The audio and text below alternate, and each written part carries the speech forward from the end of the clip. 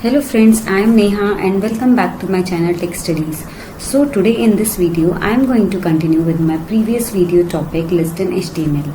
आज हम बात करेंगे description list और we can call it a definition list also. So let us start. Description list. और फ्रेंड्स, अगर आपके मेरे ये सारे वीडियोस इन्फॉर्मेटिव लगते हैं तो प्लीज़ मेरे वीडियोस को लाइक करें, शेयर करें और सब्सक्राइब करें मेरे चैनल को। और इस वीडियो को भी आपको समझने के लिए मेरे पुराने वीडियोस को एक बार आपको ज़रूर देखना होगा। मैंने अपने पुराने वीडियोस का लिंक अपने डिस्क्रिप्शन में शेयर किया है। सो हम स्टार्ट करते हैं कि हमारा डिस्क्रिप्शन लिस्ट क्या होता है, उसको हम कैसे डिफाइन करते हैं और वो हम कब यूज़ करते हैं, व्हेन वी यूज़ इट। तो डिस्क्रिप्शन लिस्ट हम तब यूज़ करते हैं जब हमें किसी पर्टिकुलर टर्म को डिफाइन करना होता है, या फिर हम कह सकते हैं कि हमें किसी पर्टिकुलर टर्म को डिस्क्राइब करना होता है।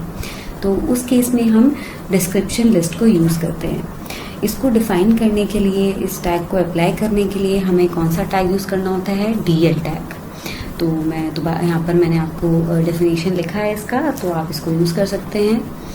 It is associated with the two other tags to define this description list. Description list tag एक अकेले अपना काम नहीं करता है, इसके साथ हमें दो और टैग को यूज करना होता है। और ये दोनों और टैग कौन से हैं? पहला टैग है मेरा DT टैग और दूसरा टैग है मेरा DD टैग। अब डिस्क्रिप्शन टर्म का क्या मतलब है? यहाँ पर डिस्क्रिप्शन टर्म स्पेसिफाई करता है जो भी हम वर्ड को डिफाइन करना चाहते हैं, वो वर्ड है, वो जो टर्म है, उसके लिए हम DT टैग यूज़ करते हैं। जिस पर्टिकुलर टर्म को हमें डिफाइन करना है, उस टर्म में को डिफाइन करने के लिए हमें DT टैग वहाँ पर अप्लाई करना होता है, जिससे कि हमें पता चल जाए कि इस टर्म का डेफिनेशन हम लिखने वाले हैं। दूसरा टैग होता है मेरा description definition, DD tag. It specifies to describe each term use in a description list. ये टैग हम तब यूज़ करते हैं जब हमें उस टर्म के डेफिनेशन को लिखना होता है। मीन्स उस टर्म के डेफिनेशन के सामने हमें DD टैग अप्लाई करना होता है। तो वो समझ जाता है वेब पेज की DT मतलब ये टर्म है जिस टर्म को हम डिस्क्राइब कर रहे हैं, और जो उसका डेफिनेशन हम लिखते हैं उसको हम लिखते हैं DD टैग के साथ। तो इसका मैं अब आपको एग्जाम्पल दिखा देती हूँ। यहाँ पर ऑलरेडी मैंने एग्जाम्पल लिखा हुआ है, एक कोड लिखा हुआ है बहुत छोटा सा, जिससे कि आपको क्लियरली समझ में आएगा कि हम इन तीनों टैग को कैसे यूज़ करेंगे।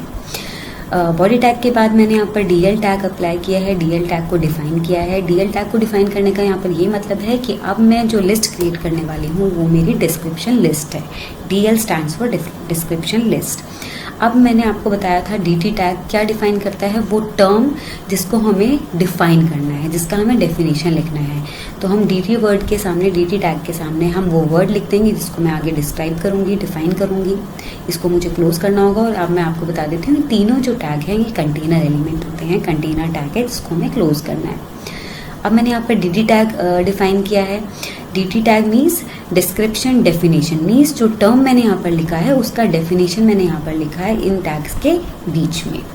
तो ये मेरा एक छोटा सा एग्जाम्पल था, छोटा सा कोड था। अब इसका हम आउटपुट देख लेते हैं कैसा होगा। ये देखिए इसका आउटपुट। यहाँ पर लिस्ट ये बिल्कुल कॉर्नर से स्टार्ट होगा, मार्जिन के बिल्कुल पेज के बिल्कुल कॉर्नर से स्टार्ट होगा ये वर्ड, और जो उसका डेफिनेशन होगा वो थोड़ा सा मार्जिन ऑटोमेटिकली छोड़कर यहाँ से स्टार्ट होगा, जिससे कि हमें पता चल जाएगा कि ये वर्ड, ये हमने यहाँ पर इस वेब पेज पर हमने इनके लिए DL टैग यहाँ पर अप्लाई किया है। तो ये मेरा पर्टिकुलर वर्क था डिस्क्रिप्शन लिस्ट का। तो चलिए हम चलते हैं अपनी प्रेजेंटेशन पर वापस।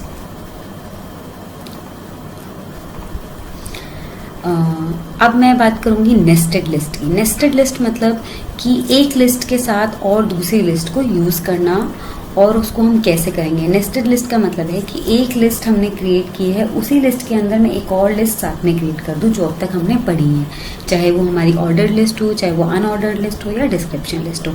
इन तीनों लिस्ट को एक साथ कैसे यूज़ कर सकते हैं, एक दूसरे के अंदर हम कैसे यूज़ कर सकते हैं, कॉम्बिनेशन बना के हम कैसे यूज़ कर सकते हैं, उसको हम नेस्टेड लिस्ट बोलते हैं। तो उसका मैंने एक एग्जाम्पल आपको शो किया है कि अगर आपको कोई भी नेस्टेड लिस्ट क्रिएट करनी है तो हम कैसे करेंगे। यहाँ पर मैंने एक एग्जाम्पल लिया है, ओवेल अच्छा, मैंने स्टार्ट किया है OL टैग से, मीन्स ऑर्डर्ड लिस्ट से टैग स्टार्ट किया है। उसका टाइप मैंने बताया है आई, मीन्स कैपिटल रोमन नंबर हम यहाँ पर यूज़ कर रहे हैं। अब मैंने लिस्ट OL टैग मुझे किस वर्ड पर अप्लाई करना है, किस टर्म पर अप्लाई करना है, ग्रीन वेजिटेबल्स, मीन्स जो मेरा ग्रीन वेजिटेबल्स है उसके सामने ये आई यहाँ पर रिप्रेजेंट होगा जब हम अपने आउटपुट को देखेंगे। उसके बाद मैंने उसी टैग के नीचे, अभी मैंने OL टैग को यहाँ पे क्लोज नहीं किया, क्योंकि अभी OL टैग को मुझे क्लोज तब तक नहीं करना है जब तक कि मैं सारे अपने OL टैग के टर्म को डिफाइन नहीं कर देती। सबसे पहले मैंने OL टैग को यहाँ स्टार्ट कर दिया, उसको मैंने यहाँ रोमन नंबर आई दे दिया, और रोमन नंबर आई उसके सामने क्या लिखा हुआ आएगा, ग्रीन वेजिटेबल।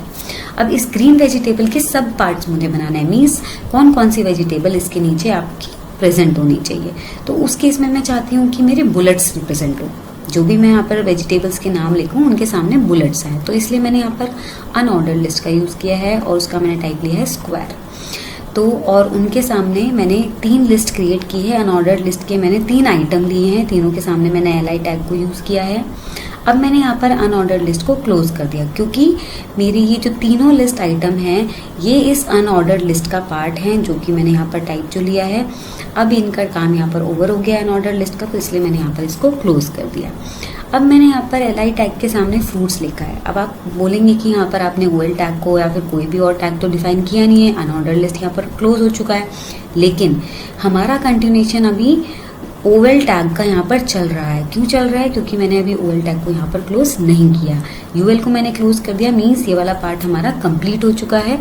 अभी OL वाला पार्ट कंप्लीट इसलिए नहीं हुआ है क्योंकि अभी ये यहाँ पर क्लोज्ड नहीं है, मीन्स फ्रूट्स जो मेरा टर्म है लिस्ट का वो किसको असाइन हो जाएगा, वो इसको असाइन हो जाएगा। मीन्स जो अभी नंबर 1 ग्रीन वेजिटेबल था, तो फ्रूट्स क्या बन जाएगा automatically, number 2, means Roman number 2 इसके सामने आपको लिखा हुआ दिखेगा। फ्रूट्स के सामने मुझे दोबारा से एक और लिस्ट बनानी है, उसकी सब लिस्ट बनानी है, मीन्स उसके फ्रूट्स के नेम लिखने हैं। तो मैं चाहती हूँ फिर से मेरी बुलेटेड लिस्ट बने, तो मैंने यहाँ पर अब सर्कल यूज़ किया है। उसका टाइप अनऑर्डर्ड लिस्ट का, मैंने 3 फ्रूट्स के नाम लिखे हैं और मैंने फिर से अनऑर्डर्ड लिस्ट को क्लोज कर दिया, क्योंकि मुझे सिर्फ 3 फ्रूट्स के नाम ही लिखने थे।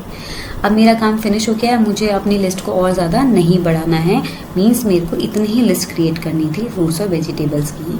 तो अब मुझे और लिस्ट नहीं क्रिएट करनी है, इसलिए मैंने सबसे लास्ट में अपने OL टैग को अब क्लोज किया है, ठीक है, और लास्ट में बॉडी और HTML टैग को क्लोज किया है। तो अब हम इसको देख लेते हैं, इसका आउटपुट देख लेते हैं कि कैसा होगा।